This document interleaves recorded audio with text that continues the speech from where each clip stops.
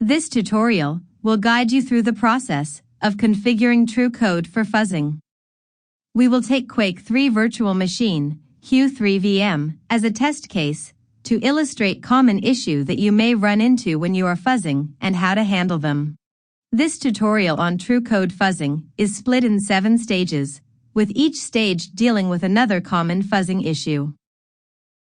The tutorial assumes that you have installed true code together with Visual Studio, if you are running on Windows, or together with Build Essential Package for Linux. Please check True Code Manual for additional information on these installation steps. In this tutorial, we will fuzz Quake 3 Virtual Machine. This lightweight, single-file, virtual machine for compiled bytecode was downloaded from GitHub and added to True Code Demo Workspace. We will start by preparing the selected entry function, the main function for Quake 3 Virtual Machine. In True Code, open Workspace, Demo, and select the Files tab. Expand Folder, Fuzzing, and Folder, q3vm, to find the file, main.c. This source file contains the main function for Quake 3 Virtual Machine, which is the entry function that we are going to fuzz. Please select this file, click right mouse button, and select Go to open an editor window showing the source code. Let's scroll down to inspect the main function. The main function takes as input the path to a bytecode file. We will need to modify that. libfuzzer is generating a byte buffer, which we can pass on directly to the function vm_create. No writing to file or reading from file is required. We will use the pointer to the byte buffer, called image, and the image size directly as function parameters. We can now remove part of the code that reads the bytecode file, as it is no longer used. Next, we provide a fake file path which is not used by function vm_create. Also, free is no longer required.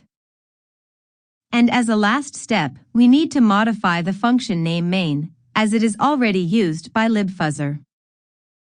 We select an arbitrary new name, main for fuzzing. The modifications to this source file are done. We save our edits by pressing the Save button at the bottom. After having made this change to the codebase, we need to read the file tree again by clicking in the file tree and press F5.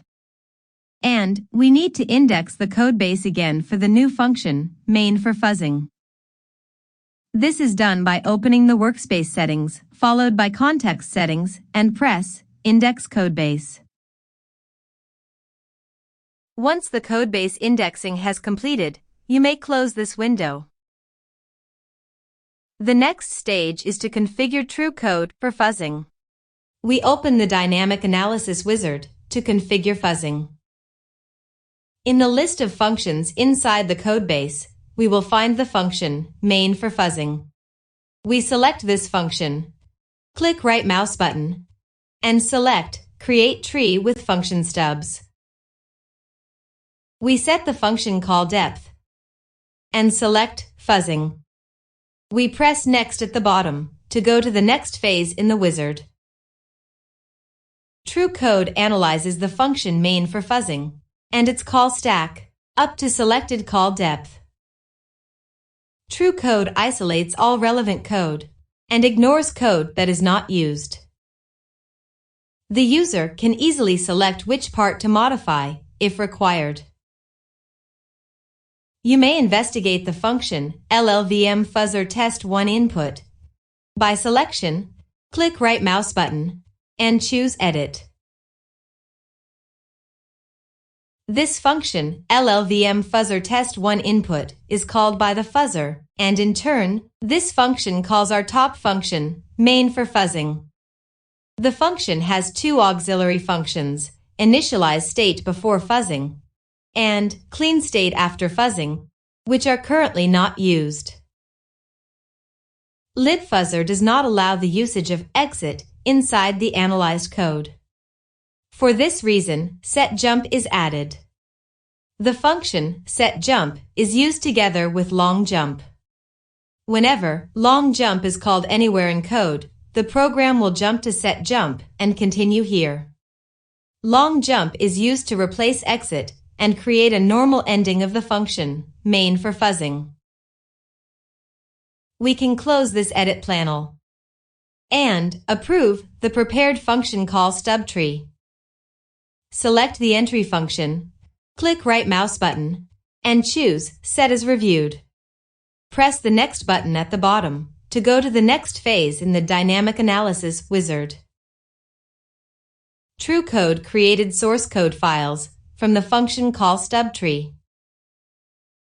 You may verify and edit the code if required. We can move to the next phase of the Dynamic Analysis wizard by pressing the Next button at the bottom. TrueCode will compile the source code files and link the object files to the libfuzzer library to create an executable file for fuzzing. The right-hand window shows the output of the libfuzzer. The output contains information on code coverage and crashes which have occurred. The table on the left gives us an overview of unique crashes found so far. As you can see, there is only one type of crash, fuzz target exited, at line 78. This points to an exit statement at line 78. Let's first stop defuzzer by pressing the Stop button. And let's go back to the source code by selecting the crash type, click right mouse button and select Go to. We see the exit statement inside function COMERROR. The configuration is complete, but we run into an issue because the code calls exit. We need to modify the function COMERROR, but we also like to keep the original configuration. To do so, we go back all the way to the clone phase of the Dynamic Analysis wizard by pressing the Clone button. In the clone phase, we can clone the current configuration by clicking right mouse button and choose Create New Clone. You may give this new clone a description and save. Press Next button twice to end up at the stub phase and open function COMERROR. Use right mouse button and select Edit to open the edit window. The exit call has to be replaced with LONGJMP as described earlier. Save edits and press Next twice to start fuzzing again.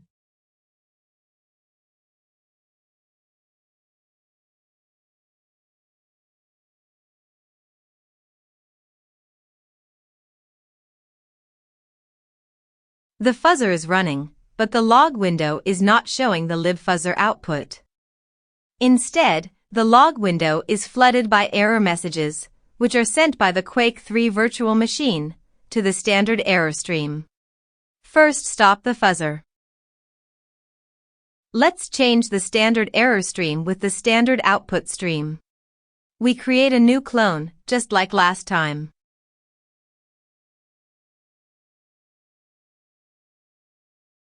We press Next twice to opt the stub phase. Standard error is used in function COMERROR and function system call. Let's update COMERROR first. Click right mouse button and choose Edit.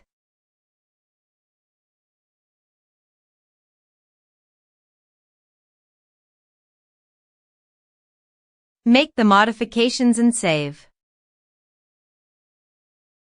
Do the same for function system calls.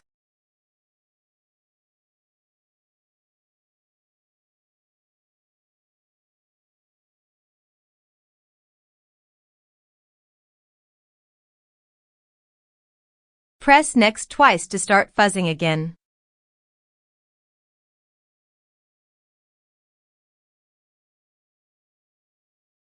We have resolved the exit and standard error issues, and the fuzzer succeeds to reach higher code coverage.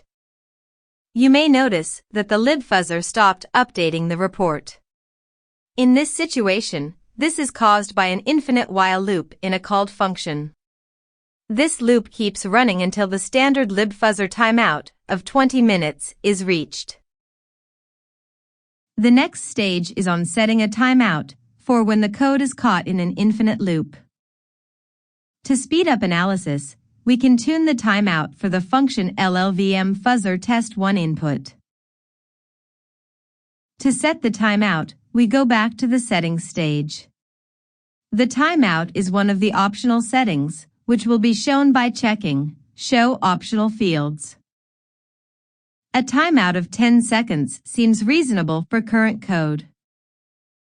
After edit, remember to save by pressing the Save button at the bottom.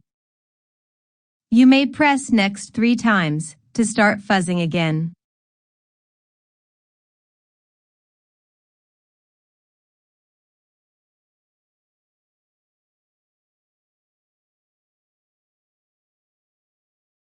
Because of the shorter timeout, libfuzzer will now break the infinite loop after approximately 10 seconds and continue by starting the next run with new inputs. Libfuzzer reports the timeout as a crash. The timeout is also added to the crash table on the left side. We leave the fuzzer running for some time to increase coverage and find crashes. The fuzzer has run for some time and collected 9 unique crashes. Let's stop the fuzzer for now. You may click on an entry in the crash table to see more details. The log windows shows the last report generated by the fuzzer and resulting into this crash. This negative size parameter crash has occurred 26 times. Some input byte may have the same value all the time. Other input bytes may vary within a small range, and others may vary over the full range from 0 to FF. All bytes which do not vary over the full range are apparently relevant input bytes for the crash. These bytes are printed in red, making it easier for user to find the input resulting in this crash. Let's have a look at the coverage in more detail by pressing the next button. True code shows the source code coverage in colors. The red color indicates that the code block has not been reached. An orange color indicates that a block has been reached once, and yellow for 2 or 3 times. The color legend goes up to dark green for blocks which were reached 16 times or more.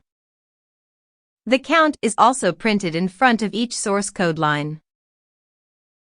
You can decide if better coverage is desired. To obtain better coverage, you can leave the fuzzer running for an extended period of time, or add one or multiple seed corpus files. To improve coverage, we can provide seed corpus files. A seed corpus file contains input bytes for normal operation. This normal operation should, preferably, cover a large section of the selected entry function and its call stack. A file is added by pressing the Seed Corpus Files button and select a path to a corpus file. This file will be copied.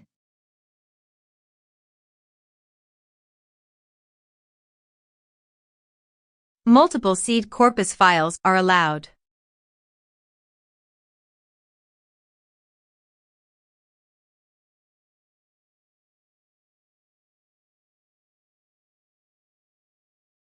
After adding the files, you may start the fuzzer again. The addition of the corpus files helped to increase the coverage percentage instantaneously to 55%. But as a side effect, for the given input bytes in the corpus file, we now always run into the same stack buffer underflow crash at file vm.c, line 678. The fuzzer always stops at this crash, and we do not reach better coverage or find other crashes. A crash may block continuation of the fuzzer and limit coverage. We need to fix this crash. We go back to the source phase to find line 678. Line 678 is part of function VM call, which we will fix. But again, we want to keep the current configuration, so we will create a new clone by pressing Clone button, followed by right mouse click, and select Create New Clone. The new clone inherits all previous configurations, including the seed corpus files. We press Next button twice to reach stub phase. Click right mouse button and select Edit. The bug is related to the number of arguments. It seems that the developer was already aware of this, looking at the Fix Me comment. We should add the number of arguments as a parameter of function VM call, but for now, we will just add a variable arg count and initialize it at 1. We also need to limit the loop to this number of arguments, and to prevent the crash.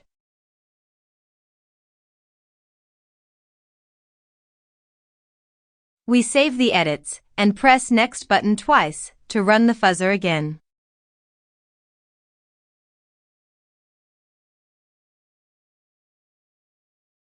The crash was fixed. We leave the fuzzer running for a while to find more crashes and to build up coverage. After some time, coverage has built up to 79%, and the fuzzer has found 23 unique crashes, plus the one which we fixed. At this point, we stop the fuzzer. You can start analyzing the fuzzer results.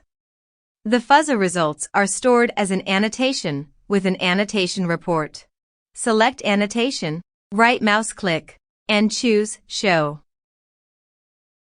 Each crash is marked at the corresponding code location.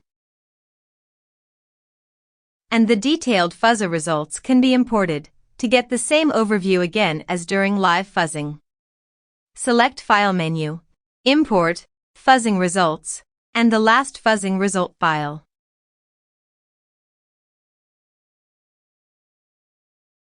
You may analyze all fuzzer results at a later time.